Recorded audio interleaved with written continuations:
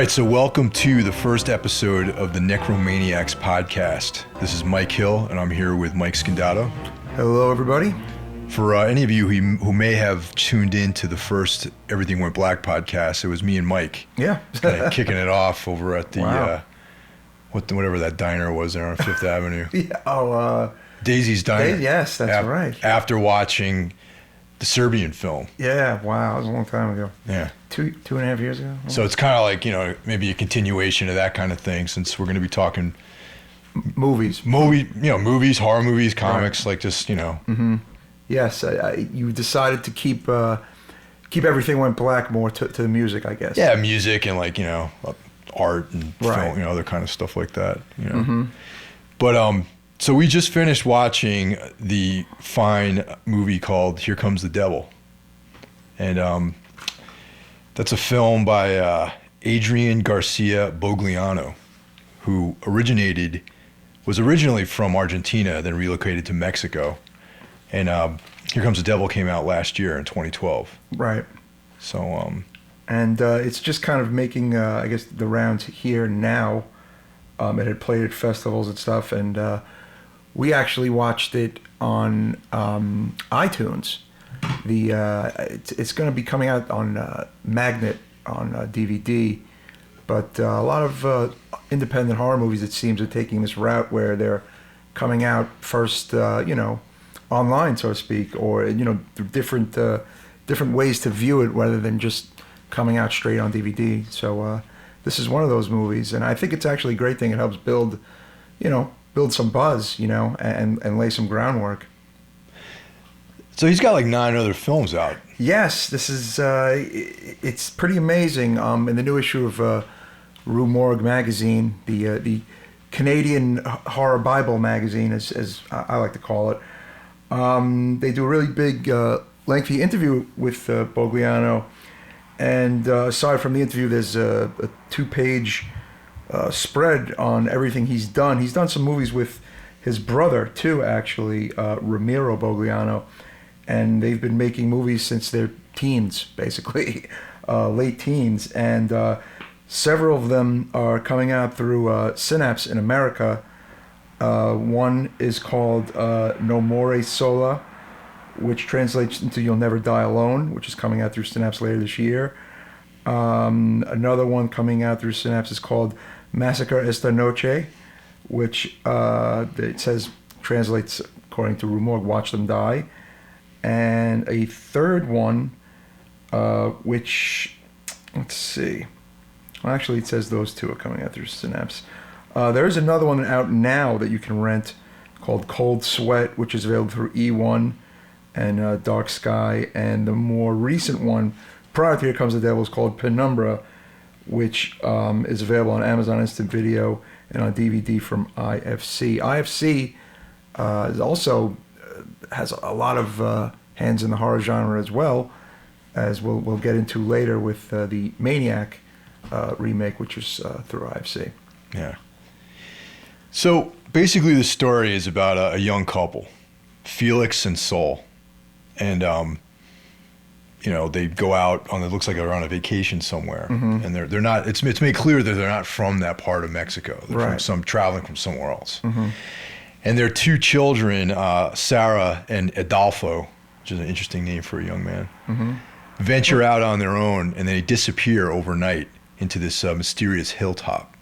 This cave. Cave, yes. And then there's, some of the locals warn them that no one goes up there, and there's some sort of demonic spirits inhabiting, and one particular guy who's like the 7-Eleven yes, clerk there. Which of course they learn after they've gone up there not to go up there, because this is a horror movie. So hey. Yeah. So I think we're not gonna avoid spoilers in this one. So, we just go for it, man. Yeah, I was wondering how much we were going to give away, but it's kind of important to discuss it. I mean, giving spoilers it's kind of impossible to not do them, I guess. Yeah, because the whole thing sort of wraps up, and you're just like, oh wow, okay. Right, and it definitely leaves it open to interpretation as to what what happened, so to speak. It's one of those movies. I mean, it's not. It's somewhat reminiscent of Blair Witch in its moments. Not with the ending. Don't get me wrong. The ending is definitely a little more clear cut, but there's this supernatural, mysterious angle to it. Absolutely, you know. Also, some of the, I would say, clarity, the lack of clarity in some of the instances reminds me a little bit of Dario Argento's films. Right. You know, so there's a little bit of that Argento, 70s, devil movie kind of vibe to it, possession. Yes. It definitely has some of the 70s vibe and atmosphere, but it's a little more of a less hokey and more of a darker movie than some of the more, over the top satanic stuff of the 70s, barring, The Exorcist and The Omen. It doesn't go the hokey route of, Satan's cheerleaders or something like that. It's definitely more of a straight horror movie in that sense. And it's also pretty extreme with the violence too. It's bloody. There's a fantastic scene quarter midway through the movie where someone gets what you refer to as a Colombian necktie, so to speak. Or is it in this case a Mexican necktie? Mexican necktie. Yeah, exactly. Well, let's not forget the opening of the film. But first of all, the film opens with like a straight up. It felt like it was like 10 minutes long, like lesbian scene. Yeah. They just go right into it, right off the bat. Just like bang. Two girls going at it. Definitely more than you would see in the average, say, American rated R movie. I think it was definitely more, more of a explicit in nature. Yeah, the movie in general has a lot more nudity than you would see in an American, yes, it does. Hollywood type of film. There's a lot of freedom down there in South America. Yes, they're not afraid of sex or violence. Yes, down there. So there you go, sex and violence. We got it all in this film. So after the lesbian scene, we get into the story of the young couple. They're on vacation. They have these two lovely kids. There's a sort of hint that their love life may not be what all Felix, the husband, is hoping for. Right. So with the sort of the idea of getting away and getting into some intimacy, they allow their kids to wander off, and this is kind of the one of the cruxes of the film. Give us some time to be alone and go do your thing, kind of moment. Yeah. So the kids wander off, and the mother gives them the daughter her watch. It says you have an hour and a half. Hour and a half, yep. And then you come back. We go back to the hotel or whatever.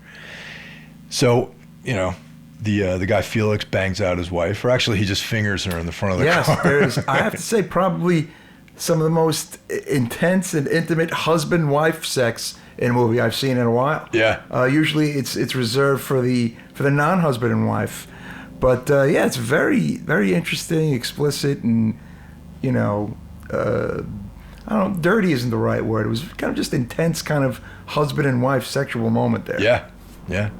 And the other thing I like to comment on too is how like the women are very attractive, yet they're not that sort of ripped, gym-toned. They're a believable husband and wife, whereas a lot of times in the major big money horror movies, you get a supermodel husband and wife. Yeah, you got like the dude takes his shirt off, he's got abs. Exactly. And exactly. Yes. So very realistic. It's very realistic. They look like people you'd run into in the street, which gave it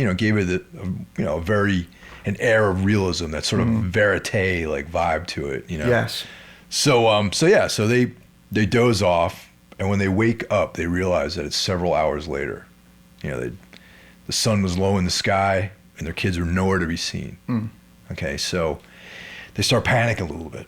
Okay, they start waiting around. It's dark, and still the kids are not there. So ultimately, the police get involved, and one of the most crooked-looking cops I've seen shows up on the scene. A smarmy cop, yes. Yeah, he shows up with a bolero on, and just kind of he's dressed very kind of ancient for a modern movie. But then again, who knows what the police dress like down there? But very, very odd looking, yes. So he sends him to the hotel. Says tomorrow's gonna be a long day. You better get some rest. and the police will remain at the convenience store awaiting the children's return. Right, near the cave. Yeah, near the cave, at the foot of the cave. So they go back to the hotel. They have an argument because, everyone's very tense. They're both very tense about the whole situation. Kids are missing, they're blaming each other. Right. It's your fault. Like, you never give it up. So, like, I'm tense all the time. You don't like want that to do kind of anything thing. with the kids, she tells them. You're always busy, all that kind of stuff. So they find the kids the next day. The cops come back with the kids in tow. And the kids are somehow different. Right.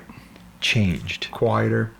Yeah. More, they even, the facial expressions are even a little different from the two kind of, happy-go-lucky kind of kids you see at the beginning of the movie. Lifeless, if you will. Lifeless is the word they use, yes. Yeah. So, the story unfolds, and it turns out that, the children actually, this is the big reveal here. Right. Something went down at the cave, basically. Something went down at the cave. The kids aren't right. There's teachers at school are noticing that they're different and they're just not as outgoing. But they've also noticed this very strong bond between the two of them. Yeah. It wasn't always there initially at first. They are kind of inseparable now. Yeah. They're inseparable. And so... they bring the kids over to the doctor to get examined, and it turns out that the girl child, there's evidence that she may have been sexually abused. Yes. Mm-hmm. That there's some sort of sexual activity that has gone on. Right, according to the doctor who examined her. Right. Yeah. So, as a result of that, they get suspicious. The mother gets very concerned. Of course, it's understandable. Any parent would, right. Any parent would.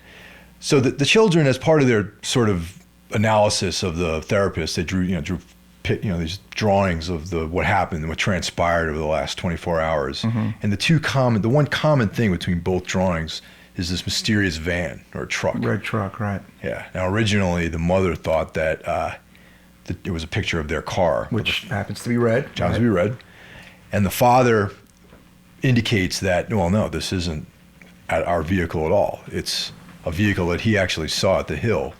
Right, and you, the viewer, we see it as well. Yeah. It's like this truck. Yeah, it's like an ice cream truck or right. something like that, So it turns out that this creeper, Lucio, is the guy who drives this truck. Mm-hmm. So, who, in essence, pretty much looks like someone who might molest a young girl. But, yeah, he looks like a molester. But looks can be deceiving in this movie, as they say. And the thing is, one little thing we're leaving out about Lucio is a little bit earlier on, he is caught kind of checking out the daughter and wife in a rest stop bathroom near the cave because the girl happens to have her period for her first time in her life, and her pants turn red, and it's she has her little moment with her mom, and they go into the restroom, but the creeper is kind of witnessing all of this. Yeah, they see him, and they see this guy like looking at him through the mirror. Mm-hmm. Right, it's like greasy haired. Yes, and the bathroom doors in Mexico, women's rooms are wide open apparently. Because there was a very interesting scene where she's looking in a mirror and the door is wide open, and the creeper guy's checking them out in the bathroom. So that was kind of funny. So conclusions are jumped by the parents. Yes. By the parents, and they believe that Lucio is behind this sexual abuse of their daughter, and maybe even the son too. Right, abducting the kids possibly. Yeah. Right. So they track this guy down to his trailer, and in the cover of the night they break into his living place. And wake him up in the middle of the night, demand that he tell them the truth about what happened that night. Yeah, and the interesting thing is, up until now, is that the parents seem very normal and very nonviolent and very... I mean, it was very surprising to even just see them decide to go up and do this, actually. They turn into these revenge-bent, crazy people in a way.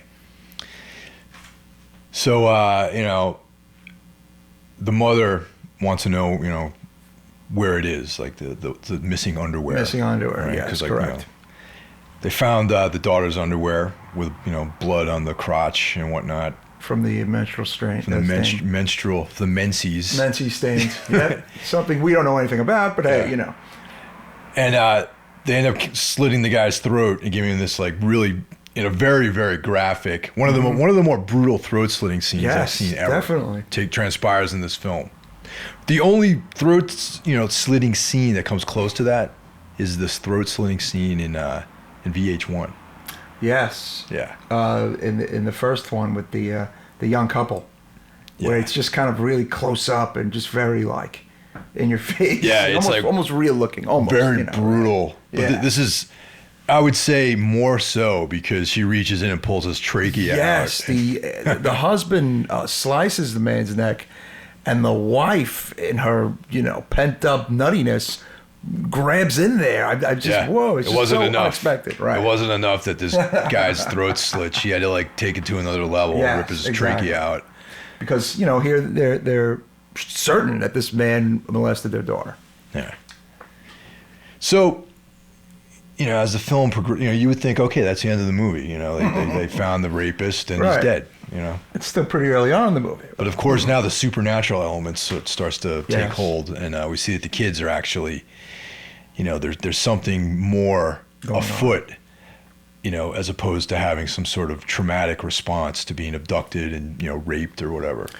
And we have to add that there was a babysitter watching the two children while the parents went out and did their murder. And,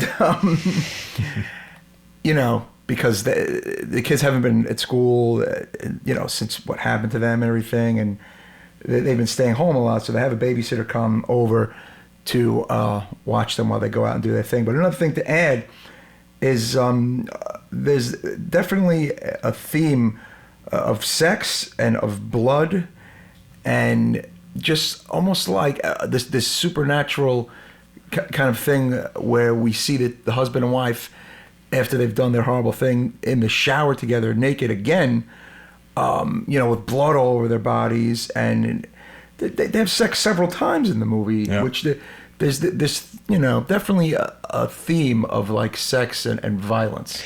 But also, I think that one of the things too is not necessarily, definitely sex and violence, but similar to early slasher films, where the sex, like you get killed as a result of having sex in a lot of those early movies.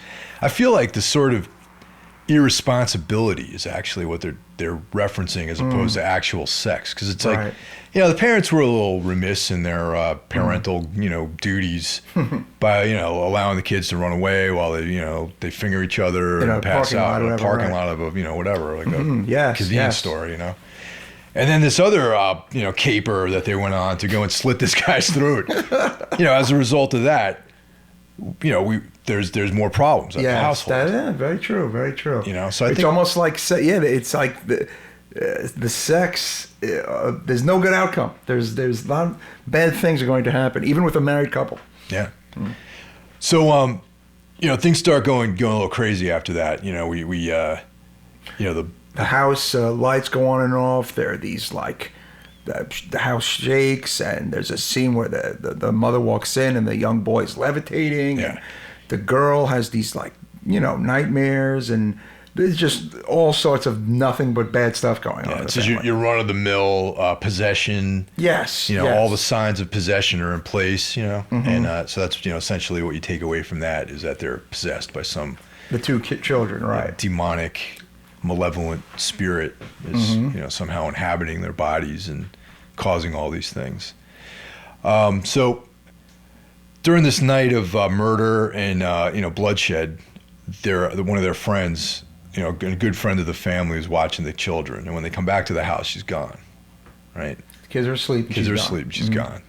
So the next day they track her down, and she's at the house. Upset, obviously. Comes to the door and is very resistant, very reluctant to tell the mother what happened the night before. And she looks like a mess herself, the babysitter, young another beautiful young woman in the movie. Clearly, something happened to her as well. I don't think there has. I think that all of the female characters have been naked in the movie too. Yes, that is true. Gotta love South America. Hey, they don't mind these things down there, Mike. No. Except for the obviously underage girl is not naked in the movie. Yes, that is true. There are implied things with the children, but nothing is shown. Yeah. So one of the things that's implied is actually confirmed by the babysitter. By the babysitter, correct. Yeah. So when they finally brace her up, the babysitter goes into this, feverish description of what happened the night before. And a lot of, this whole flashback scene is told very, very 70s, very psychedelic. There's a lot of colors, Rosemary's Babies, like she remembers these details as if they were in a dream. And, right, like flashing lights and screams, and she is inexplicably naked, and she hears these noises. She gets up naked from the couch while she's telling the story, and she goes upstairs and she hears these moans and screams, and lo and behold, she opens the door to one of the children's bedrooms. And it's the two children going at it, the brother and sister in the room. Again, they do not show this. They show her expression on her face as she sees it is what they show. Yeah, it's described but not shown, which is, might be a little bit too much for some people. Yes. It would be too much for me, definitely. Oh, yeah. So at that point, the mother's freaked out. Uh-huh. The father's a little distant still. Yeah, she's keeping certain things from him, and after the babysitter is finished telling her tale, the mother, and I guess in desperation, is like, well, maybe it was a nightmare, and she goes, no, it wasn't a nightmare, and she opens up her shirt to show these large prints on her chest, because throughout the story, she's talking about how she felt the devil standing on her chest, which is something I've never actually heard in a movie before. Like, it's kind of cool and interesting. And there are these nasty prints on her chest, and that's indeed what it looks like. Yeah. So the mother goes back to the hill, into the cave. To see what the hell happened over here. To get to the bottom. Because now she's thinking, we killed this guy, and we may have killed him for no reason. He might not have done anything. Exactly. Yep. Except steal panties from the daughter. So she goes back, and she sees these strange things outside the cave, these candles and antlers and occult looking items. Definitely the 70s-esque in that respect, but she's in the cave and she's looking around, and she basically sees where this ditch area inside the cave, and we see the bodies of her two children in the ditch of the cave, decomposing. Yes, and the boy is shirtless. Yep. And the girl, I believe, is her head is bruised, and but the viewer at this point is like, well, what the kids are in the house, how are the kids dead in the cave? So, and this is the point where there's some implication, but it's not actually spelled out, and I think you and I both agree as to what we think happened at this point. Right. All right. We think that the two kids go up to the cave, and the boy, Adolfo, tries to rape his sister, basically. Yes, but however, we must flash back again. See, there's all these little seeds planted here in the movie. The boy is kind of bugged out by the fact that his sister is bleeding for the first time, and the dad explains to the boy while the wife and daughter are in the rest stop bathroom a little bit about the birds and bees. Right? Yeah, he kind of. And he's about 2 years younger than his sister. Yeah, I would say he's a little younger. Yeah. Right. Saying that women bleed once a month for a very long time, and except for when they're pregnant. And he's like, really? Like, he's just fascinated. Right. He is fascinated by all this and by, I guess the female body. And so there's a little bit of that kind of planted in his head, I think, about sexuality and women. Yeah. So, he goes to, maybe get experimental with his sister. Yes. But as a result of the cave, I'm going to say the cave, I think, is where the demonic entity resides, and those who stumble upon it become the victim of it, basically. Well, there's also that one guy who's like the 7-Eleven convenience store clerk, who he just appears and sort of lays down these like gems of knowledge on people. Yes. He seems to know like what's going on. First, he describes that this hill, it's said that there's been beings living there, right, under the ground since the beginning of time, which is a very Lovecraftian sort of idea. There's these ancient beings, and they just manifest the weak. He explicitly said the weak. The weak, that's true. And he looks at humans as empty shells, essentially. So the two kids, they're young, they're maybe virgins. Virgins. They're not as their spirits aren't maybe as strong as, say, adults are. Exactly.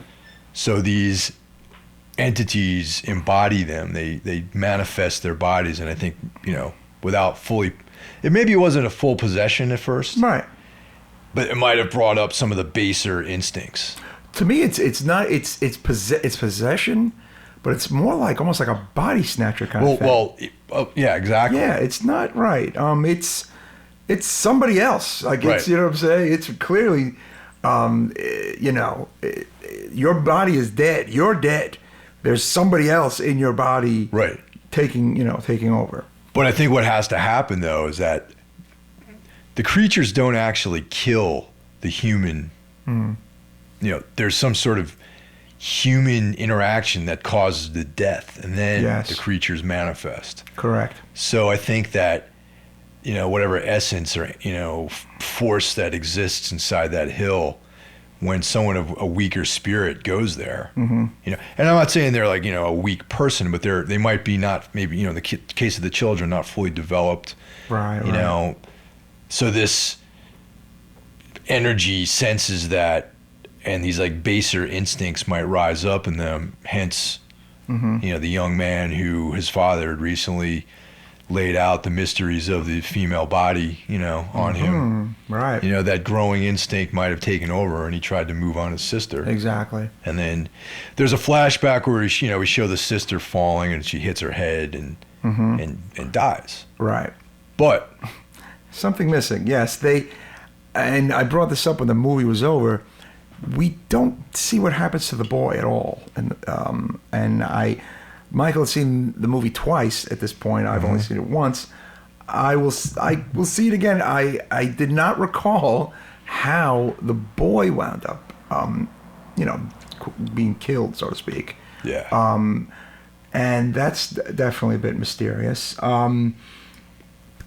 But yeah, I mean, right now the movie, what makes it so good, I think, is that it's kind of a mix of a couple of different parts of the horror tree in one. Yeah. You have the possession, and you have like a supernatural, and you have also something that has just like a lot of violence and sex in it, because some possession movies don't really have any of that in them. They're just possession movies. But at the same time, it has, it's a modern movie. It takes place now, and you can see that, stylistically. But I just think the mood and the atmosphere brings to mind, older movies. Yeah, it's very creepy, very unsettling. There's a lot of so the thing that reminds me of Argento is there's sort of just like these shots of people standing there, with like an expression on their face. Right, and the interesting use of metal music in several points in the movie. We were not able to figure out who the bands were. I mean, it could be any number of South American bands. But, obviously the director wanted some aggressive music in the movie at times, and it actually fits nicely, I think. But I'm really interested to see like what happens as a result of this, because Here Comes the Devil was on the cover of Rue Morgue, and Rue Morgue is a pretty high profile magazine in the horror world. And I tell you one thing, they put High Tension on the cover of their magazine before anyone did, and that went on to be a huge movie. They've they've taken chances with movies they think these are going to be big horror movies. Inside was on the cover. Yep. Martyrs. All of the really big buzz, indie to slightly bigger horror movies of each year are usually covered in Rue Morgue before they get big. Yeah, like innovators in the genre. Definitely. I mean, they have that on lockdown, I feel like. So for them to give it a cover and to give exposure to all these other very interesting movies that Bolgiano has in the pipeline that America is going to see now, me and Mike were saying how we are very interested in seeing what he's going to do next. Yeah, because I mean the film is definitely a low budget film. Mm-hmm. I'm not saying that by any means that it's cheap looking. Negative. That's not a negative statement at all. Mm-hmm. It's not cheap. It's very professionally shot. Everything's very intentional, like with those zoom ins and everything. The acting is great. The story's great. But I'd be really interested to see in America at least how he catches on, because like you mentioned, Rue Morgue seems to be a couple steps ahead of the rest of the population. Yes, like definitely. What's happening? Yeah, they usually pick winners. And the other cool thing is that Fangoria magazine, which in my opinion has gotten better under the new regime over there. It went through a dark period, though. Yes, no, absolutely. It was almost unreadable for a little while. Yeah. But they seem to play catch up often, I think, with Rue Morgue, and then sometimes they'll do things that Rue Morgue won't do and whatnot. But yeah, I feel like we will probably see another cover feature for this movie elsewhere, but Rue Morgue will have been the one to do it first. Yeah. But yeah, I give it a thumbs up, man, for sure. Oh, no, absolutely. I mean, yeah. I would recommend this to any of my friends or people I know that like horror movies or, off the beaten path horror movies. I don't know if the average mainstream, Walking Dead fan would love this movie, but I think any horror fan that has been in tune with what's been going on in the last 10, 15 years would like it. And people who are like me and Mike who are enjoying these not necessarily grindhousey, but 70s-esque vibe movies, I think will enjoy this movie. Yeah, the pace is a little slower, which I think is typical of most films from the 70s. I think that these days action happens so quickly. Right. And I'm not even just talking about horror films, I'm talking about in general. The plot moves so quickly, everything happens so fast. And in the 70s, in those films, from that era, the plots develop slower and there's a little bit more of a build up, and that's typical to the way this whole movie progressed, I think. No, totally. I mean, yeah, I loved it, and actually I'd like to see it again, and I would love to see again what Bolgiano does next. So it's called Here Comes the Devil, and you can catch it now on iTunes, and the disc is forthcoming. Maybe we'll get the actual release info for the DVD Blu-ray out to you very shortly, but now you can see it on iTunes to rent.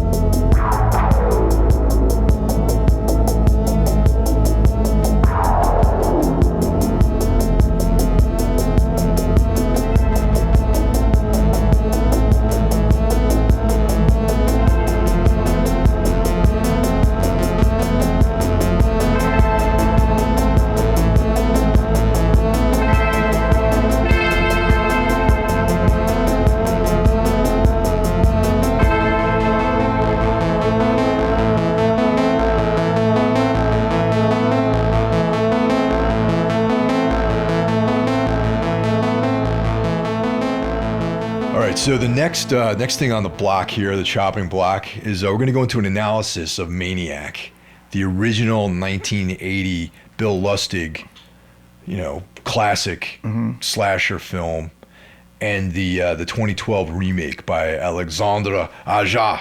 Whatever the fuck you say his name. Well, actually, well, he actually wrote it. Right? Yes, he wrote it. The Mr. High Tension himself and Piranha. Piranha 3D. He's gone on to make some nice moves. But yeah, he wrote it, and he was actually co-written by what do you call it? What is his name here? I'm having trouble with his name. It was Aja, Lustig, and Lavoisier is the other guy who co-wrote it and one of the producers. Original director of Maniac, William Lustig, acted as an executive producer, and his name is in the credits as story by based on the movie by William Lustig. And the director on the remake was this guy Frank Halfoon. Yes, that's right. Yeah. I'm sorry. Mm-hmm. But what's cool is the sort of synergy between the two films, because it's not like there was that rash of remakes that happened a few years ago where there was this vibe that these remakes were somehow going to replace the originals, like the thing with Friday the 13th. Love it or hate it. Nightmare on Elm Street. Yeah, I liked it. I liked the remake. Yeah, I missed that one. I enjoyed the Friday the 13th remake. I enjoyed part one of the Halloween remake. I enjoyed Halloween. Yeah, well, the thing is, I also liked the Valentine's one. Oh, My Bloody Valentine. My Bloody Valentine. Yeah. Yes, I enjoyed that one as well. And then you have the really crappy ones like Amityville Horror, and your Prom Night, and your Stepfathers. Yeah. And then the real bottom of the barrel ones. But this one I'm gonna say, go down as one of the better ones. Yeah, I would say, in my opinion, there's been three really notable remakes of classic horror films, and this is definitely number one on my list. And I would, in no particular order, I'd put the Dawn of the Dead remake. Yes. And also the My Bloody Valentine remake. The Dawn of the Dead one put Zack Snyder on the map. Absolutely. Kicked off his career. Some of the purists didn't like that the zombies ran, but those purists liked everything else about the movie. So there was, it's a great horror movie, and it's a great first movie, absolutely. But getting back to Maniac, the original Maniac was one of the more controversial movies of the early 80s. Definitely. Kind of like Silent Night, Bloody Night, where critics really hated this movie. People were, some people picketed this movie. They boycotted this movie. Well, because it's a misogynistic film, sure, absolutely. But I just think it's kind of a product of its time in a way. I think I might have to go diverge a little bit with you there, just because yes, he does horrific things to women. However, he gets retribution at the end. He gets. Oh no! Well, absolutely. It's not celebrating misogyny. Like there's a lot of like negative shit in there, and that's the thing. A lot of people who pick at these films, I feel like they'll look at the surface, but they won't actually go deeper into it. Right, and then because he actually Frank Zito, his name. Yeah. By the great amazing Joe Spinell. His reasoning was he was abused and molested by his mother. Yeah. Which again is not a reason to become a vile serial killer, but there's the justification there, slight justification as to why someone may do something so horrible. Yeah, he's been traumatized. He's not, he's a reprehensible character. He's like this, creepy, late night, look behind your shoulder guy. Joe Spinell literally helped create this archetype that we're even describing with this movie, pretty much. So it's not like he's celebrated as this hero, which there are films out there who actually celebrate the violence towards women, and they they sort of like put a positive spin on it. What else sells the movie from its despicableness is his performance and the music and the movie itself. It's well made. It's well shot. It's one of the first movies with very realistic 1980 effects by the young Tom Savini, who's in the movie, actually plays a victim in the movie. William Lustig was about 22 or 23 when he made this movie. New York guy. The whole movie is shot entirely in New York. It takes place in New York. Will Lustig has a cameo in the film. He is the hotel manager in the beginning. Oh, you know, I didn't know when Frank Zito with a lady of the night, they go up to rent a room. And he has one of my favorite lines in the movie is, "You'll be joining us for continental breakfast." That's Will Lustig's line in the movie. So yeah, I mean, he was really young when he made the movie. He had done some adult films he directed before this movie. But he was a big horror guy. He was a big 42nd Street guy. Loved the movies that were shown there, and went on to help define the movies that were shown there. He also later on in life went to work for Anchor Bay, who have, helped put out many films by Fulci and Argento, and put out all the Evil Deads, and then left that company and started 10, 12 years ago Blue Underground, which is one of the finest companies for horror and indie and exploitation films there is. So he's an important guy, Will Lustig, and this is his first movie. And he managed to get Joe Spinell, who it was shot in 80, came out in March of 81, actually. Joe Spinell, before this, had been in Rocky, had been in The Godfather. The Godfather, yeah. Cruising. Yes, Cruising. Yeah, he it was actually kind of a feather in his cap for a young director to get this movie. But he worked very closely with Lustig Spinell on this, where he has a writing credit. Yeah. And a screenplay credit. Story, yeah. And he does quite a job.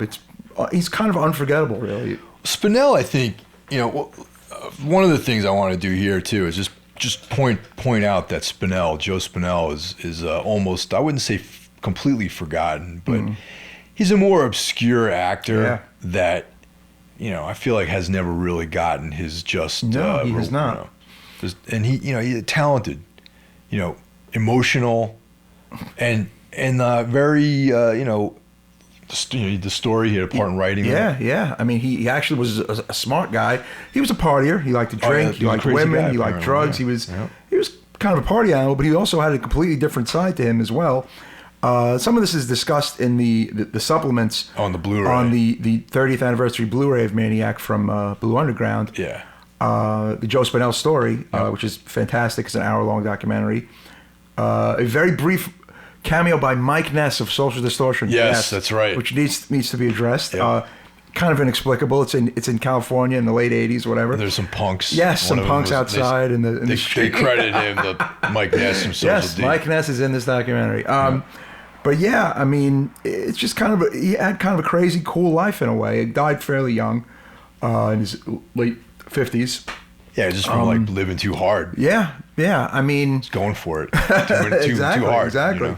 But I'll say this: time has been kind to the original Maniac. Yes. And here we are talking about it. There are Maniac shirts. If you Google Joe Spinell and Maniac, you get quite a bit. You get a lot of tons of people's. Used to get people's with tattoos and homemade shirts, and it's kind of nice in a way that this movie, which was, I mean, I believe Siskel and Ebert ripped it to shreds. Well, everyone ripped it to shreds. I mean, this was not a welcome film. People have revisited it, and people have written essays about it, and it's a time capsule of New York is also really what it is. It's a very cool. It shows the New York of 1980, which is fairly similar to the New York you see in Taxi Driver about 4 or 5 years earlier, to be honest. Definitely. New York is still pretty bad in 1980. And that definitely kind of shines through in the murkiness of the film.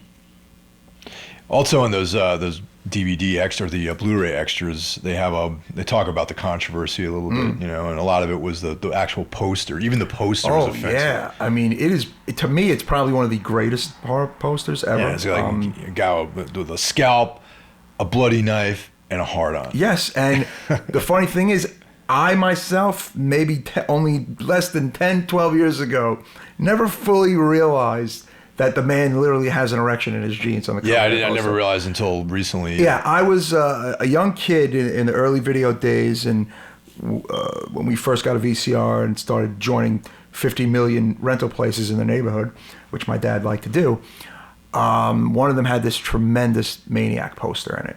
And I was horrified and fascinated of this poster. I warned you not to go out tonight with a bloody knife and a scalp and a dude in jeans and like a leather jacket. I was like, what the hell is that? Like, I was scared. Yeah. And I wanted to see the movie so bad. Exactly. It was effective, man. It was one of the best. Yeah. They don't make posters like that anymore. Now they just take people's faces and throw them on the poster. That's what they do. What I thought was interesting is also the Rona Barrett, her analysis of the whole thing on the Blu-ray, controversy, extra, where they were talking about the appeal of these slasher films, which is, there's like a quote in there for it's like thrill-seeking teenagers and minorities are attracted to it. And then she kind of went into this like pretty racist minorities. She kind of went into this pretty racist, tirade to get wow. Like only blacks and Hispanics are into like what horror, she kind of meant by that, I'm going to say is 42nd Street was, it was frequented by gang members, drug dealers, thuggy types. And these people did love horror movies. And, maybe I'm going to say that's probably what she was kind of getting at with that little statement right there, because now statistically, it's obviously way more than those types of people liking horror movies. And women, in the amount of women in general going to see horror movies has exploded, apparently. And I would say, as someone who goes to a few different horror conventions a year, the amount of women going to the horror conventions has exploded. So, But also, like, honestly, like, you're talking about women getting involved and going to horror films. The horror film of today, even like the most extreme horror movies versus the horror films of the late 70s and the 80s, there was like the punk rock of horror. Right. That was like the raw, like, everything was new. There was no rules. Right. Yeah. But now, even 30 years later, it's like there's a layer of sort of sophistication, and there's been a couple different rounds of people making films. Right, women are still getting tortured and killed, but women are also the survivors, and they're the winner. Like, they're the winners now in the movie. They save the day pretty much. But now. The women were the winners. Well, actually, no, but that was more of a right. But that Halloween, was, yes. There's emphasis, yes, but for the more kind of gritty, cheaper, it might not have always been the case for certain movies. Women did not always come out on top in horror, but obviously now it's a completely different world. Yeah, but yeah, that's time capsule, classic horror film. Yeah, the remake originally. I was very dubious about Elijah Wood. I mean, 2-3 years ago, first hearing about it, because Elijah Wood, who plays the modern Frank Zito in the remake, was attached to the movie from pretty early on. And that alone was shocking to hear, coming off of Lord of the Rings trilogy. Yep. Into Frodo. Maniac. Yeah, of all the horror movies of the 80s. Wow, I mean, it was very surprising to hear. Yeah, because I couldn't reconcile, the Joe Spinell's Frank Zito with Elijah Wood's Frank Zito, and originally I just dismissed the whole thing, and I was like, "This is never going to work. What could you possibly? How could this possibly work?" Then I found out that Aja was involved in this thing, and that it takes place not in New York and not in the 80s, 70s. It takes place today, and it's in LA, and it's like, well, they're doing something different here. It added a different spin to it. The same storyline is basically intact. The name is still intact. They reference Joe Spinell's several times in the movie. Correct. Yes. Like that visage of this, the long-haired creep, with like acne scars, Yes, there's a very funny scene in the movie where Elijah Wood is on the internet and he meets a girl for the first time in a bar, and they did exchange pictures, but she didn't believe that that's what he actually looked like. And when she sees that is what he looks like, she goes, "I thought you would look different." And he's like, "How did you think I looked?" And he goes, And she goes, I thought you'd have long, greasy hair, pockmarked skin, and a mustache, or something like just basically Joe Spinell, she basically was describing. So that was kind of a nice little nod to Joe Spinell. So, it was sort of with I tried to have an open mind. I went into this thing like, okay, Aja's doing it. Anything can happen, man. I was just like, this could be good, or it could completely suck. So, but I got to say, man, I was thoroughly satisfied by it. Oh yeah, I mean, right from the start, it has worth mentioning. The soundtrack in the original is pretty great and creepy in itself. Jay Chataway did the score, and it is very moody, dark, kind of emotional music that sticks with you. For the modern day remake, we get what I call, it's like new 80s synth music. Yeah. Where it's new music, but it totally could have been in the original in a way, right? Yeah. It has that vibe to it that is like, wow, this sounds old but new, and it is done by Rob. Just one first name, Rob, who did the soundtrack, and the soundtrack is fantastic. Yeah. Actually, it's it's somewhat akin to the Beyond the Black Rainbow kind of music, man. Where it's like, it just sounds like, the Tangerine Dream, maybe a little goblin-y, but more the straight synthy, proggy goblin, not the rocked out goblin. Yeah. It's just this very cool, moody music that fits a very dark, modern LA very well. Yeah. Also, there's the Q Lazarus song, Goodbye Horses, which, one of the ladies was dancing to. Yes. It's like, another horror reference. I love. Yeah. That's the thing. That's the thing about modern horror is there's oftentimes tastelessly referencing older films, right?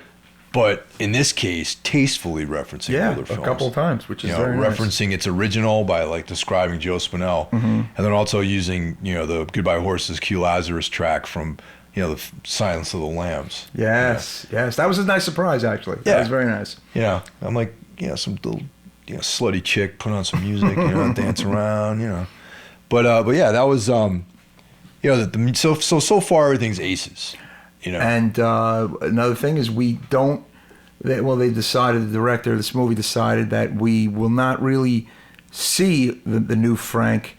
It's a POV movie where we see everything he sees, except for when he is in a mirror, in a reflection. That's the only time you see him, actually, Elijah Wood, which, again, sounded really weird to read about that, I remember. Yeah. What are they doing? But you see the movie and it works very nicely. He made his own movie, you know what I mean? And that's what I like about it. It wasn't just like, okay, let's slap together some elements from the original.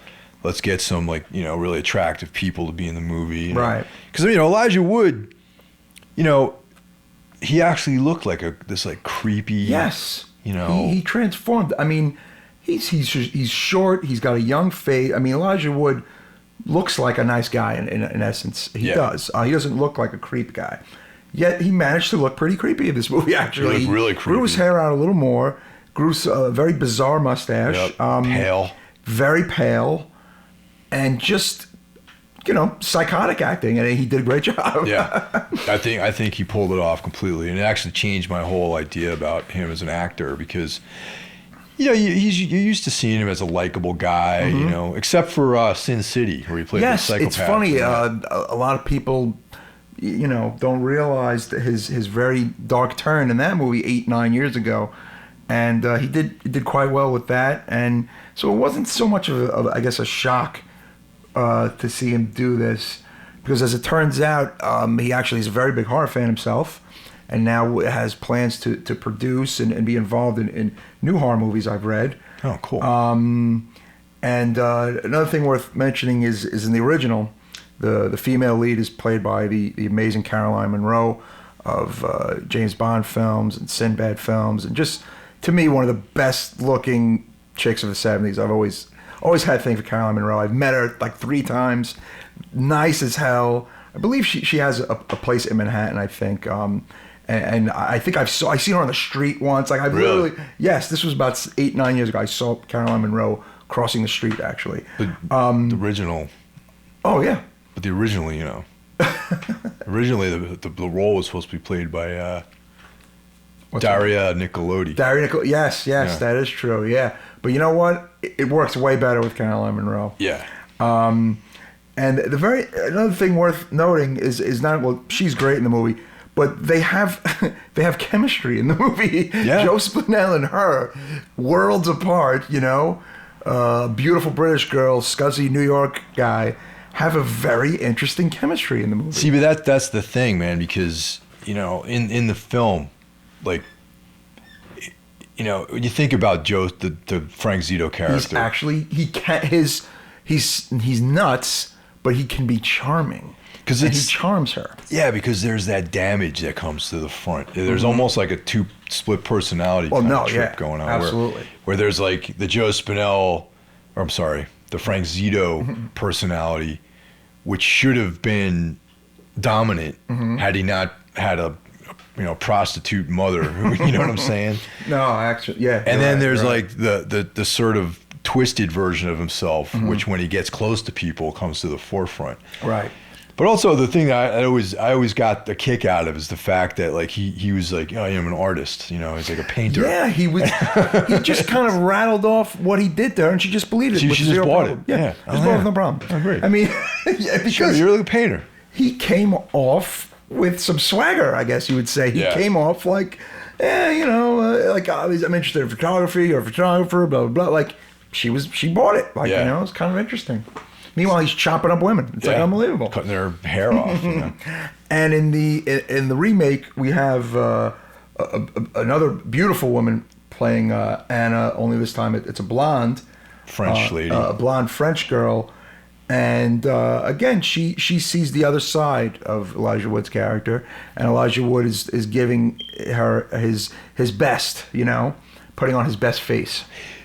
But the sort of setting for the two of them meeting is a little bit more realistic, in my opinion. Yes. Elijah Wood is like, some quirky, mannequin restoration specialist. Right, yes, we have to mention that. And that's she's what he does. fashion photographer, and she was, taking photographs on the street and, noticed his shop. And she was interested in mannequins for a shoot. And so there was a little bit more of like a logic. You can follow that logic. In the original, we have to say, Joe Spinell's creeping in the park during the daytime and just sees the beautiful Caroline Munro shooting pictures in the park, and she just happens to be shooting pictures of him, and he, while she's not looking, takes a peek at her bag and sees her 17th Street apartment tag, Manhattan apartment, and just shows up at her house one day. Yeah. That's pretty far-fetched, too. Yeah. So, suspension of disbelief. Actually, I think the photograph, when she saw him hanging out in the park, wasn't he like hassling like some kid? Yes, he was about to. Yes. And she like there was kids. Yeah, he was. Oh, it was a horrible moment, right? Yeah. But you get to pick up Caroline Munro. It's not a bad day for you. Yeah. For Frank Zito, right? But Elijah's Frank though is a little bit more. He's a kid. like a crafty, like artsy. Yeah. Sort of No guy, swag. No like. No extreme charm, but just a little something. Say introverted, right? Sort of uncomfortable, modern guy, right? Exactly. Sort of artsy, and he was like hiding behind his door, and he wanted to know if he could help her. He opens up the door, and there she is, and but it was that interaction I found to be a lot more believable, and his sort of discomfort around her and trying to get assimilated into the fashion photography world when she goes to that party, right. And being completely out of place with that whole thing. And they also kept the Frank backstory intact for this one as well. They go a little further in this. In the original, it is the abuse is implied through these voices. You don't see. There's no flashback of actual physical actors in the original. There's only an audio flashback of his mother, him whining and crying to his mother, and his mother kind of abusing him, and him talking about all the men that have come to the house. In the new one, it ups the creepiness a little, where it actually shows the mom having sex Two guys. With two guys, yes. And doing some cocaine. And then there's the instance of the mom touching him as a boy, which they don't show a lot, but they show enough to clearly spell out what the hell's gone on, which puts it over the original. Yeah. Yeah. Yeah. But, all in all, like very, very impressive entry into the remake. Oh, canon. Absolutely. If you were a fan of the original and had tons of reservations about the remake, I would suggest putting them to the side and checking out the remake. Absolutely. Also, what's missing is in the ending of the original too. There's that sort of typical 1980s ending, where Frank opens his eyes after he's been stabbed. Right, the surprise gotcha. Yeah. Is he dead? Is he alive? Yeah, because there was supposed to be like a sequel to that. Yeah, that's it. That's a whole story in itself. There was plans for a sequel that never came to fruition. Actually, I forget what the title was going to be. Actually, yeah, they talk about it on the Blu-ray. Right. Yeah, I mean, because Joe Spinell actually, was his character, Frank Zito. So, he would have had the freedom to do that had he, not fallen on even harder times in the post-Maniac landscape, and then of course passed away. But he had some success after that film though, like in his career. I believe Cruisin' is right in the same year, 81. I believe it's right, literally around the same time as that. And in the documentary, it actually shows him he was doing stand-up for a moment too. Yep. Before he did movies. He was kind of like a Renaissance man, acting, producing, writing, stand-up. What's interesting to touch on too is Spinell's sort of, I wouldn't say it was unhealthy, but he had a very peculiar relationship with his mother too. Yes, right. Which might have he was a mom. He was an adult mama's boy. Yeah, he was. And another cool thing about him is that he was tight with Sylvester Stallone, and was loaning a very young Sylvester Stallone money to get by. I mean, it was what do you call it? A few people backed up the story that this is true. Yeah. And then after like Rocky 1 and 2, he had a bit of a falling out with Rocky, and I guess according to him, the bigger Sylvester Stallone got, his people didn't want him mingling with the old people, and these things happen. Of course, Sylvester Stallone went on to become a tremendous star, and probably said goodbye to some of the old crew, and Spinell was probably some of the old crew. Yeah.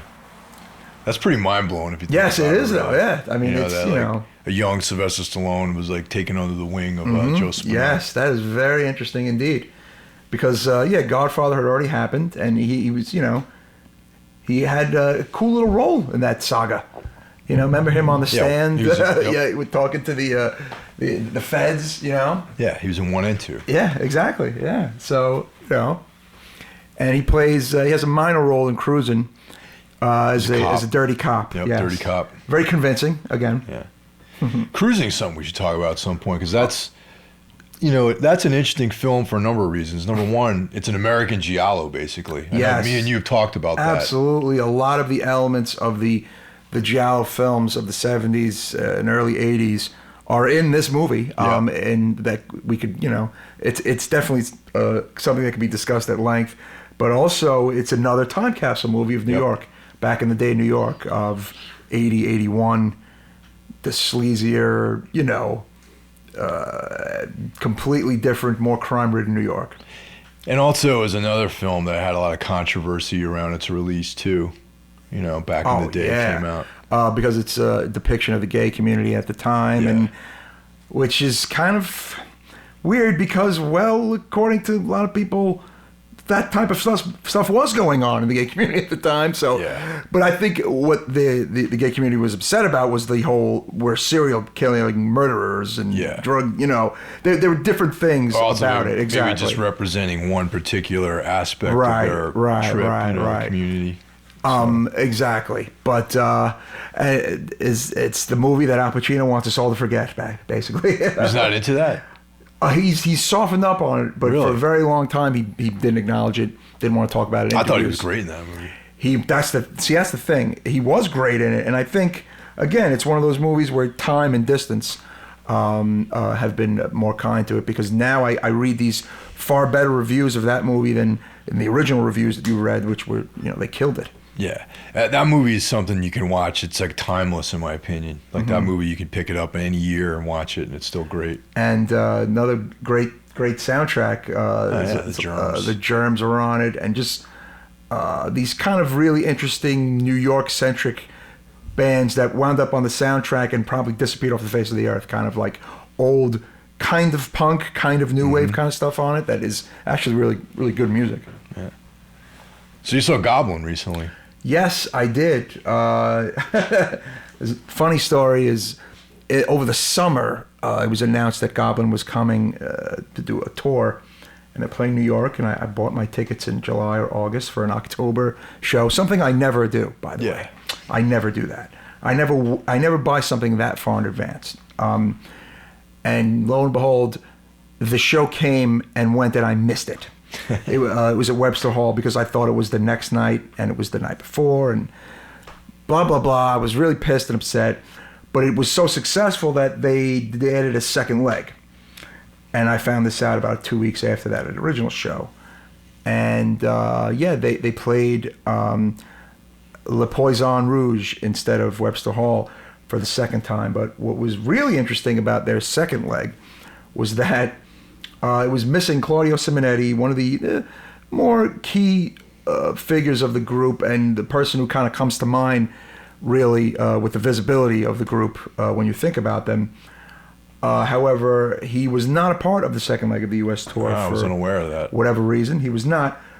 But 2 more original members were for the second leg. Huh. So if you went to the Le Poison Rouge show, you got 4 original Goblin members instead of 2 that took place at the Webster Hall show. How big of a place is that Poisson Rouge place? I've never been there. Okay, it's smaller than, say, the main room at Webster Hall, but it's bigger than the downstairs room at Webster Hall. So kind of the midway. It's good size. Yeah. Pretty decent sound. Years ago, when it was called something else, I saw Typo Negative there. I saw the Misfits there, and I saw one other show. I can't think of it right now, but they had some decent shows there back in the day. It's around the corner from Generation Records in the village over there. But it was really something. They kicked it off with a lot of songs from a 2005 CD they had made, again without Simonetti, called Back to the Goblin, and some of them more like obscure songs. They have many albums aside from the key soundtracks to like Tenebrae and Deep Red and Suspiria and Dawn of the Dead. So it was like, first we're going to play those songs, and then we're going to end it with all the home runs. So it was pretty long set, actually. The coolest thing about it, though, was to it's one thing to hear them in your headphones all the time, and I've really been listening to them almost about 15 years ago. I got really into them, and I just never in a million years thought they would tour. I mean, these guys in their 60s, and 15 years ago, there was not the scene for Goblin that exists now. It just simply was not. If you were a fan of theirs, you were a horror maniac freak, or a prog music freak. You were a necromaniac. You were a true necromaniac, exactly. Now, the DVD explosion is really what put Argento and Fulci and many others over the top, really. And it's kind of been a great thing in a lot of ways because it put Goblin over the top. Do you remember back before DVDs, there was those weird video bootleg clubs? Yes. Those VHS, I can't remember the names of some of them. Well, some of them had like order forms in the mail, and they were guys with, I don't know, hundreds and thousands of VHS tapes, probably multiple VHS systems. And, their second job was dubbing tapes in real time. And they would talk, it was all real time. So the claim was that they were all transferred from, Laserdisc. The original, yes. And, it was crazy. I mean, that's how I first got a lot of those films, was like, absolutely, yeah. I don't know how that's legal, though. It's basically it's total pirate. It was completely illegal. But I don't know how it even existed. Well, I guess back in the 90s, things like that can slip under the radar. Right. Nowadays, forget about it. But, you know, DVD killed the VHS, but DVD saved the horror movie. I mean, really. It gave people new careers. You know, Argento was always pretty popular. I mean, the serious horror person or the serious European horror person knew him. And Fangoria gave him a lot of, coverage, and his movies made their way into America, but a good chunk of them didn't. And a good chunk of Goblin's music was all imports. In the late 90s, the CD also, they benefit from CDs as well, obviously, Goblin. But, people would see these movies and fall in love with the music. In some cases, falling in love with the music more than the movie, because Argento's movies, let's face it, are not for everybody. No. Some people may not like Deep Red, but they'll love that theme song, or they'll think, Suspiria is overrated, which I hate when people say that. But they're like, yeah, that music was cool though, so. And also there's different Argento films that are like some, I don't like all of his movies, honestly, but some I like and some of them I. Right. I wouldn't say I dislike any of his films, but some I think are better than others, obviously, Yeah, absolutely. I mean, his recent stuff is not so great. Yeah, that's a show in itself too. Going one by one with the Argento movies. That'd be quite a show. But yeah, I mean, people want to hear those songs and getting the chance to hear them live, like the theme from Dawn of the Dead live, like their version, their music was just amazing, and everything just sounded like perfect. I mean, these are musicians who were real musicians, definitely. lifer musicians who can play bass, guitar, keyboards. I mean, it was like a dream almost. They had some nice merchandise. I got a shirt, of course I did. Damn. I fucked up completely. I didn't go to any of these. There was the one thing of note is there's the 12-inch that was making the rounds the first leg of the tour, which they said they only made 500 of, and red vinyl. I bought mine like an idiot on eBay for $50. There's no way in hell they made 500 of these records. These records are everywhere, and they're $20 everywhere. Of course, this really happened after I spent my $50 on the record, and I have no idea how many they made, but it's way more than 500. They had tons at the show. The record is every record store I've been in the past 3 months has had the record. It's in distros. I mean, they made 5,000 of these. But are they the red vinyl? Yes, copies? That's the other thing. Yes, they are. So who knows? Maybe the plan was to make 500 and it sold like immediately. Yeah. And then they had to have repressed this thing. It's everywhere. So, but I got a cool shirt. I don't know. I mean, I just feel like I was bummed out that I missed that first show so much, but seeing the second show was great. I mean, There's been talk of them doing another tour. Yes, which I would never say. I mean, I wouldn't put it past them. Yeah. They've all the shows have been either sold out or close to it, and it's a supply and demand. I mean, why not? Like we caught Black Sabbath last August, and a lot of people I think were under the impression of this is going to be it. This is going to be it. No, they're coming back. They did a great job too. They did. Yeah. They were awesome. Yeah. They sounded great. I think when it comes to the older groups or the more special groups, unless they're announcing, no, this is a final tour, they'll do it till they can't do it anymore. I mean, that's what I would do. That's what Leonard Cohen is doing. I mean, you don't hear him saying anything's a final anything. It's like, if I'm here, I'm doing it, Yeah, no, that's good. And seeing him last year, the guy was on his knee. The guy was moving around. He was singing like a 30-something. I mean, it was like a crazy, Who gets down on both knees and sings into the microphone in their 70s and gets back up and that was awesome. That was amazing to see that. Yeah. No, it's awesome. Hey, so do you have any news about the Beyond the Black Rainbow soundtrack at all? Do you know anything about that? You know what? There is talk about it, but I it's funny. One of my favorite companies, and obviously quite a few other people's favorite companies for the soundtrack vinyl, is Mondo Tees. The last thing they put out was the Halloween soundtrack on vinyl, which looks beautiful. I got my orange copy, but they haven't put anything else out. Like they're due for a new vinyl. I heard that they're doing, like, I can't really confirm that they're doing it. I don't even know what they're doing next. Huh. So, you know, of course, you'll get the text the minute I hear about it. Because someone told me that Death Waltz might be putting it out, too. Okay, see, that's the thing. They're snatching up quite a bit, too. Yeah. I'm hearing that I think Death Waltz is doing Friday the 13th, which has been the vinyl. There's only, I believe, one pressing of the Friday the 13th vinyl, and it has that kind of cool 3D cover. It goes for, you know, a lot of money. And man, Manfredi soundtrack is awesome. The music in that movie is awesome. So hopefully that comes out. It'd be nice if there was a hardware vinyl. That would be nice. Yeah, Mike man. are big hardware fans. Yeah. The hardware of the film. Yes, but, yep. yes, that would be very cool. But we could just speak a little bit about the vinyl horror explosion. Death Waltz, Mondo are doing quite well with these. Almost everything seems to be selling out or coming close to it. Of note, saying Mondo's first release was Maniac. Was their first vinyl release 2 years ago. They only made 500. That thing goes for a fortune. I got one. And then they did the remake vinyl, which also sold out. I have one of those as well. So I like to have the digital, even just a digital copy of that soundtrack.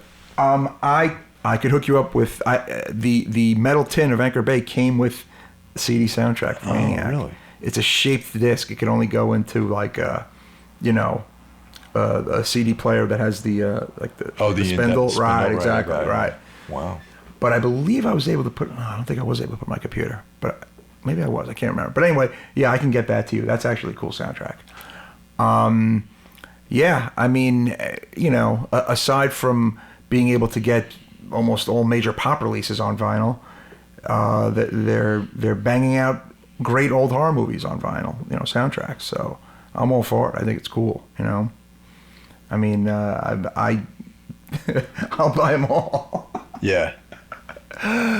You know, I want there to be a Warriors reissue. I don't think that's happening though. I haven't heard any talk about that. I like that soundtrack. That would be nice. Yeah. So, what are your thoughts on the new on you know just The Walking Dead, like what it's become? Well, there's a lot of conflicted. It's amazing. I mean, started reading the comic around 2005, 2006, about 3 years into its initial run, and I still read it. I love it. I think it's great. I think the comic book's great still. The comic book is great. The TV show, people complained that it was deviating too much from the comic. But if you really think about it, if it was the comic, you'd know what was happening at every turn, and nobody wants that. I don't want that. And then other people are saying that it's not paced right, or it's either too slow, or they're killing off the wrong people, or there's lots of complaints. But at the end of the day, the viewers are there. They haven't lost any viewers. They've gained viewers with each finale and each premiere. I mean, it is pretty amazing. The negative side. It's created a legion of horror posers. That's the negative side. I hear you. Yeah, yep. A legion of zombie experts who are not false black right. metal. Yeah, or there you like go. Yeah, totally. It's created the fake horror fan. Yep. Some of these people, that's the only horror they do watch, which is it's amazing. It's The Walking Dead. I just like The Walking Dead. You know, I mean, it's just like wow. You know, yeah. And of course, people who love horror are not going to want to hear that. You know. It's amazing. It's a violent show.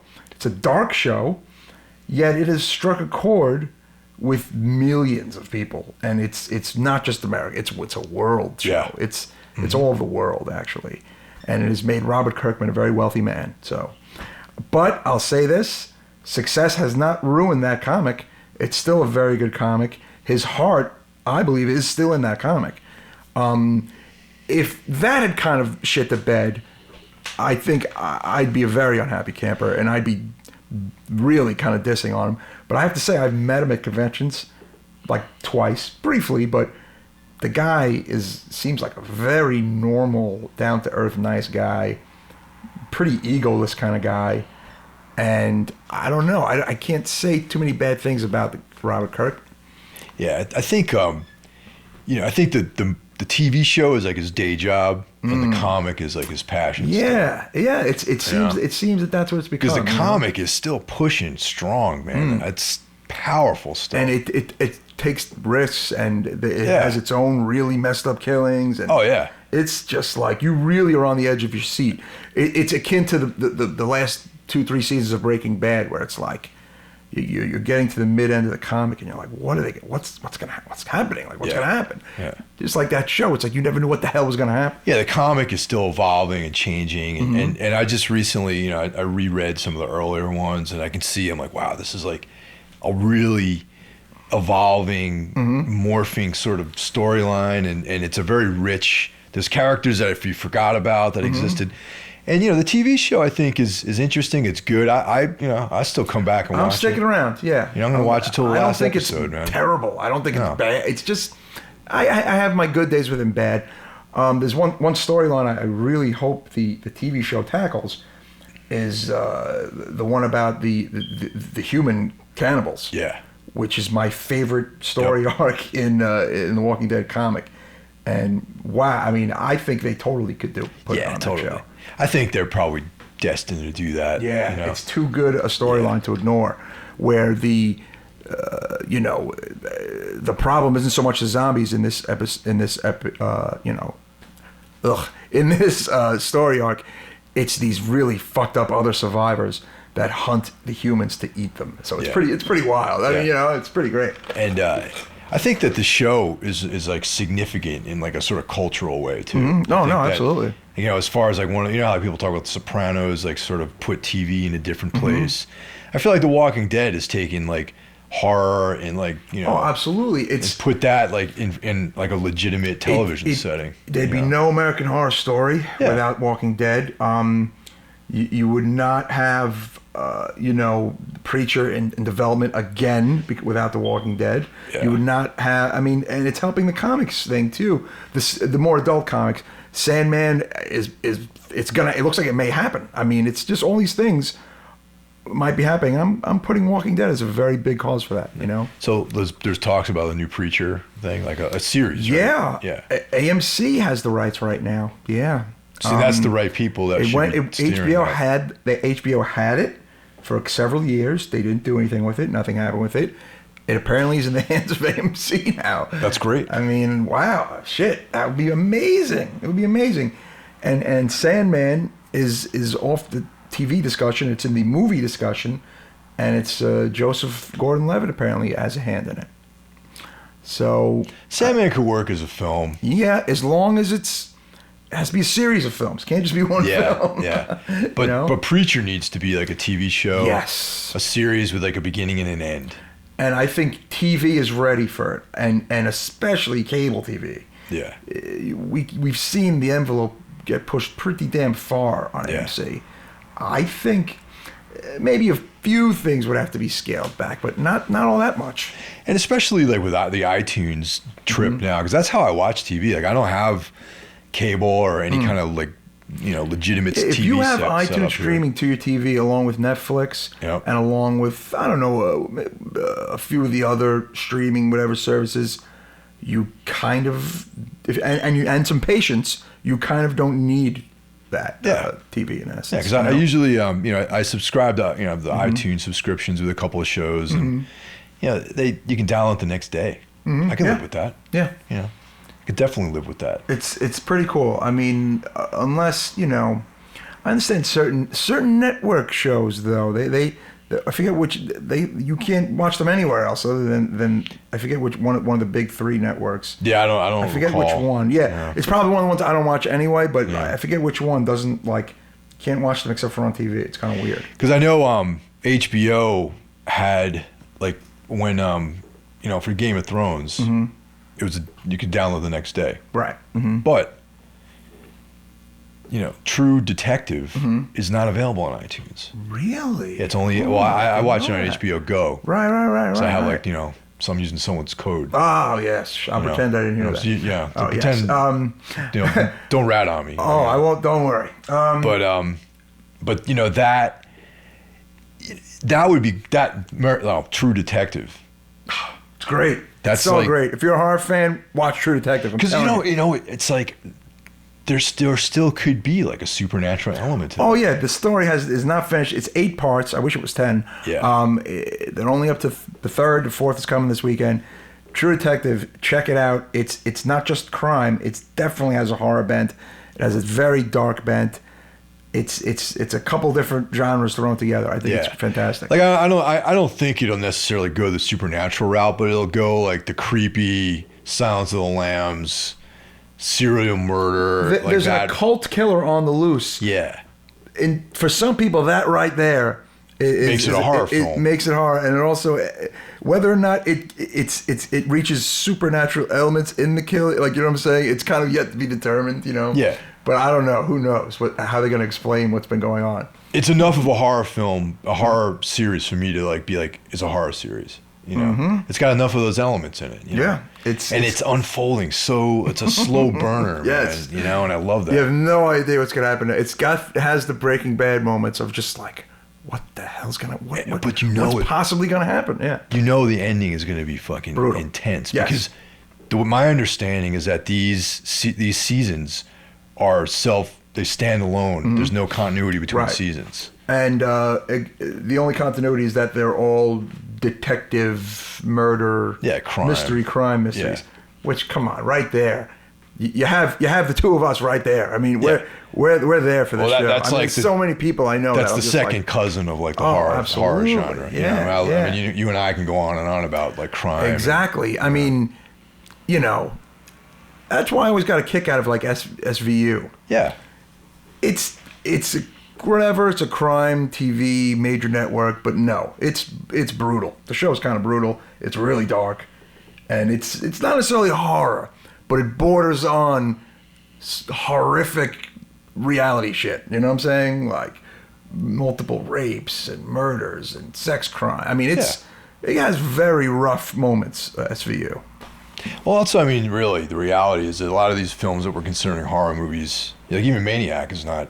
There's nothing occult or supernatural. No, it's man-made, you know, horror. It's believable. It's totally believable. Right. There were horrible and are horrible serial killers out there doing these terrible things. So, yeah, it has the believability factor, you know. Well, like the serial killer genre is really a separate genre that is like in between horror and true crime style, like noir. Yeah. You know, depending on how I think mainly it's the writing and how the characters are presented that really differentiates those two like genres. It's funny though. I've said this before. I'll say it again. The last 6 years have been a TV renaissance. I think it has been the best time for television ever, in my opinion. With what's been going on HBO and AMC and Showtime, and we're coming to the end of an era because, well, you know, Dexter is over. Boardwalk Empire is ending this year. True Blood's ending this year. Mad Men's ending this year. Breaking Bad ended last year. We are coming to the end of an era, and I'm a TV guy, obviously, for these type of shows, and I just think that the groundwork for more greatness is there, and I hope that a Preacher happens. I hope True Detective just gets better and better, and I just hope that the future is wide open, you know, in these places, because it's quite a few shows I just rattled off that are in. Yeah. So, you know. Yeah, but there are definitely, you know, there's a lot of stuff brewing though. I mean, love it or hate it, American Horror Story is still like it's not going anywhere. I mean, I don't like it as much as everybody else does, but it does very well. It pushes the envelope too. No, it does. It does. You know, it's like they take chances with subjects, and I think that, you know, I like it. You know, the third season, I started off strong, kind of like withered a little bit, but in general, the concept behind it, I think, is good for all 3 seasons, and for a TV show, it's like really pushing in different directions. Brutal. I mean, if I couldn't fathom this being on television as a young man, you know, as a kid. I mean, it's just, the landscape is completely different. So, you know, much like with the superhero movies, if they made these superhero movies 20 years ago, they would have been terrible. They're great now because of technology is great now. And also you have real legitimate actors involved now. You got, like, you know. wanting to do these movies, and you know what I'm saying? I mean, it's just a different world. So is there any truth to that rumor about Johnny Depp playing Doctor Strange? Well, there was as much truth to it as that day allowed, and then for the next day to allow John Hamm into the mix. Yeah, so there's been no further word on that, to be honest. Right now, Marvel and DC are plotting these strategies against each other to see what's going to be happening in 2015 and 2016. It's pretty crazy. Superman, Batman has been pushed back a whole other year, which I think is a good idea. This movie needs to be special and great. Yeah. And DC needs it to be special and great.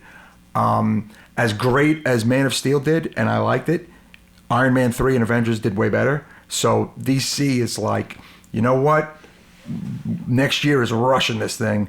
We're pulling back. This is a 2016 movie. Now that's the Ben Affleck Batman. Superman, Batman. And it's going to have Wonder Woman in it, and it's going to have Flash. It's like, I can see the hesitation of rushing this movie. Who's playing Wonder Woman? Oh, Gal Gadot. Oh, I can't. I'd have to look it up. Who the fuck is that? But they announced her. Yeah, she had a small role in the last 2 Fast and Furious movies. She's very pretty. She has dark hair, but she does not have blue eyes, and she is not as built as Wonder Woman. She's a little too thin. No, they'll get her on a kettlebell. No, if you put some heels on her and you make her gain about 15 pounds. Muscle. She's a good-looking woman. When you see her, you'll be like, okay. Does she look like Linda Carter in 1978? No, because no one does. But she's an attractive woman, and we'll see what she does. I wasn't unaware that. Yeah, no, they picked her a few weeks back, Mike. Okay. Yeah. And where was I? I don't know. You missed out on it. It's that damn Yahoo News that opens up on my computer. You get to see the world. Well, that wraps up our first episode. First man. Necromaniacs. Yes, it was a good one. Yeah. And yeah, I mean, the tangents, well, you can forgive the tangents. That's all part of the trip, man. It's part of the trip, and at least it's within the world of what we feel the listener is interested in. Yeah. Well, at least it's what me and you want to talk about. Or, yeah, to be honest, it's what me and you just want to talk about. But, yeah, I mean, we're musicians, and we're in the music scene, but we love movies, and particularly horror movies, and love talking about horror movies. So, you know, if you're checking this out because of you know, Mike Hill's music, and it just so happens that you love horror movies as well, then welcome aboard. Hell yeah. All righty. Have a good night. See you next time.